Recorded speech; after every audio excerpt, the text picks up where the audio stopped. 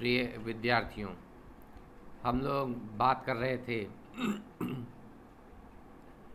सहपाठी के आपसी संबंधों की समझ व संबंधों के विकास के संदर्भ में, जिस पे हम लोगों ने कल बात की थी कि किस प्रकार से कौन से प्रयास ऐसे होने चाहिए जो नैतिक आचरण को विकसित करने में सहायक सिद्ध होते हैं।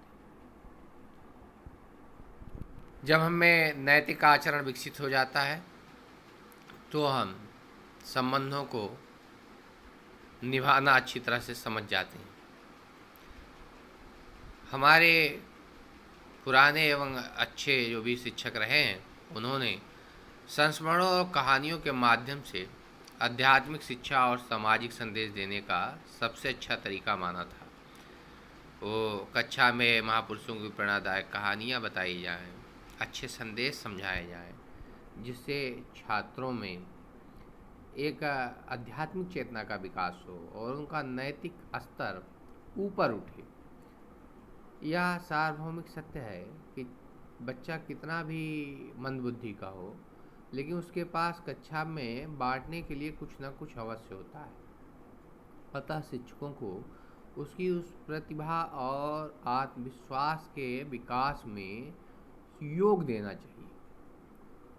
नैतिक शिक्षा और आचरण सामाजिक, सामुदायिक और वैश्विक आयामों से जोड़कर सिखाए जा सकते हैं। मूल्यों की शिक्षा का मतलब हमेशा से वांछनीय व्यवहार को प्रेरित करना रहा है।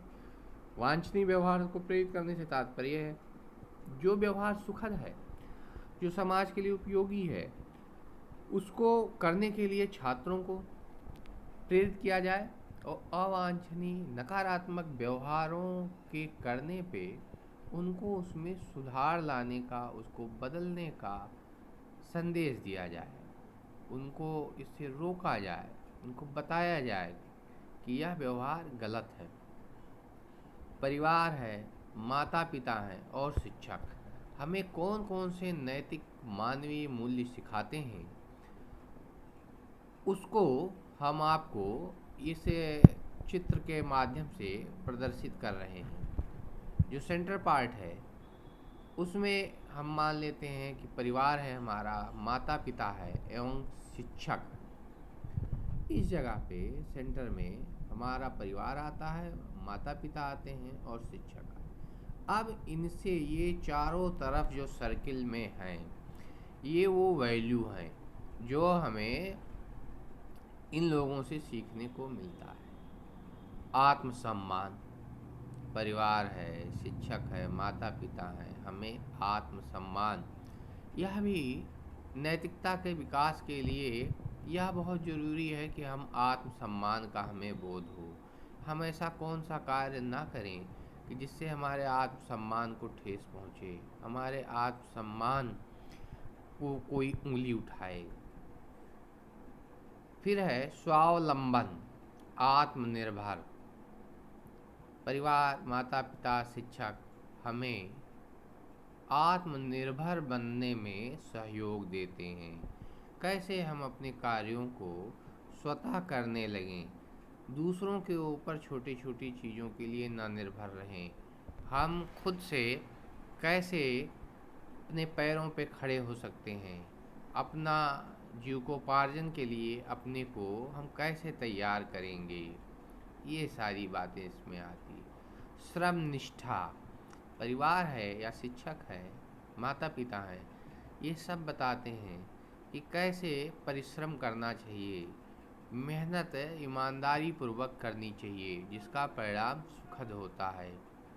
इसलिए हमेशा परिश्रमी बनना चाहिए। सत्य सद्विचार, हमेशा सच बोलना चाहिए, अच्छे विचार मस्तिष्क में रखने चाहिए, जिससे किसी दूसरे को हम तकलीफ न पहुंचाएं।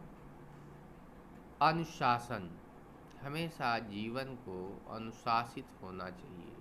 अनुशासित जीवन को रख करके हम उन सामाजिक मानदंडों पे खरा उतर सकते हैं जो समाज चाहता है हमसे।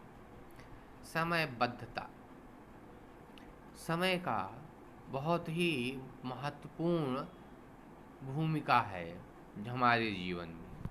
अगर हम समयबद्ध नहीं हैं, हम किसी कार्य को नियत समय पर नहीं करते हैं, नियत समय में पूरा करने का विश्वास नहीं रखते हैं, तो हम पिछड़ जाएंगे। समाज में तुम्हारी गति धीमी हो जाएगी। अतः समय के साथ चलना है, समय के साथ होने वाले वांछित परिवर्तनों को स्वीकार करना है और समय का विशेष ध्यान रखना है। सहानुभूति, हमें लोगों के प्रति समाज में सहानुभूति रखनी होगी। कोई भी व्यक्ति है, उसके साथ हम सिंपैथी रखें, उसको सहयोग करें, उसके कष्ट को समझें, उसके सुख में खुश हों, प्रसन्न दिखें, तकलीफ में हम भी कष्ट का अनुभव करें। इस तरह की भावना होनी चाहिए। परोपकार, दूसरे लोगों की मदद करने के लिए हमेशा तत्पर रहना चाहिए। जो कुछ भी है यथासंभव हमारे पास, उससे समय समय पे लोगों की सहयोग करना चाहिए। जिनको आवश्यकता है, जो दुर्बल हैं, कमज़ोर हैं, उनको भी ऊपर उठाने के लिए हमें प्रयास करना चाहिए। माता पिता एवं गुरु की भक्ति, हमें यह भी शिक्षा मिलती है परिवार से, माता पिता से, अपने बड़ों का, अपने माँ बाप का सम्मान करना चाहिए, अपने गुरु की सेवा करनी चाहिए, गुरु की सम्मान देना चाहिए, माता पिता की सेवा करनी चाहिए, उनको सम्मान देना चाहिए। फिर है दया और अहिंसा, हमेशा मन में करुणा होनी चाहिए और अहिंसा होनी चाहिए। हिंसा का भाव न हो, किसी के साथ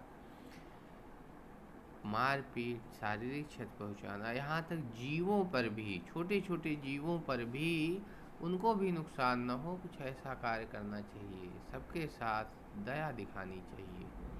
और महत्वपूर्ण चीज़ है ईमानदारी, ईमानदार होना चाहिए अपने कर्तव्य के प्रति, दूसरों के प्रति हमें ईमानदारी सीखनी चाहिए। किसी भी चीज़ से चोरी नहीं करनी चाहिए। हमें किसी दूसरे की संपत्ति पे, किसी दूसरे के हक पे अपना अधिकार नहीं जमाना चाहिए। फिर है दान, यथासंभव दान देना चाहिए। जो कुछ भी है वो किसी जो आवश्यकता है जिसको, उनके लिए भी कुछ चीज़ें दे करके उनको भी संतृप्त किया जाना चाहिए। फिर है साहस, दृढ़ता, विषम परिस्थितियों में भी हमें हिम्मत नहीं हारना चाहिए। हमें परिस्थितियों का डट कर मुकाबला करना चाहिए। इसके लिए हमें साहसी बनना चाहिए। सफलता और असफलता जीवन के दोनों पक्ष हैं, दोनों पक्षों को हमें सहर्ष स्वीकार करना चाहिए और साहसपूर्वक कार्य करते रहना चाहिए। श्रद्धा भाव, हमेशा श्रद्धा भाव होना चाहिए मन में। श्रद्धा का मतलब है कि सम्मान, लोगों के प्रति जो है नम्य रहें, लोगों को स्वीकार्यता दें, स्वीकार करें लोगों को, ऐसा श्रद्धा भाव होना चाहिए। विनम्रता, विनम्र बनना चाहिए, हमेशा मृदुभाषी होना चाहिए, सरल होना चाहिए। ये गुण जो है हमें समाज में स्वीकार्य बनाते हैं। त्याग, सेक्रीफाइस, हमेशा त्याग के लिए तैयार रहना चाहिए। किसी भी चीज़ के लिए, छोटी छोटी बातों के लिए जो है वो टकराहट नहीं होनी चाहिए। समाज हितों, राष्ट्रीय हितों, व्यापक स्तर पे लोगों जनहितों को ध्यान में रखते हुए अपने छोटे छोटे अधिकारों, अपनी छोटी छोटी चीज़ों का भी हमें त्याग करने के लिए हमेशा तत्पर रहना चाहिए। इस प्रकार से ये जो मानवीय मूल्य हैं, ये सारे मानवीय मूल्य, नैतिक मूल्य हमें परिवार, माता पिता और शिक्षकों के द्वारा विद्यालय में सीखने को मिलते हैं। आज बस इतना ही। धन्यवाद।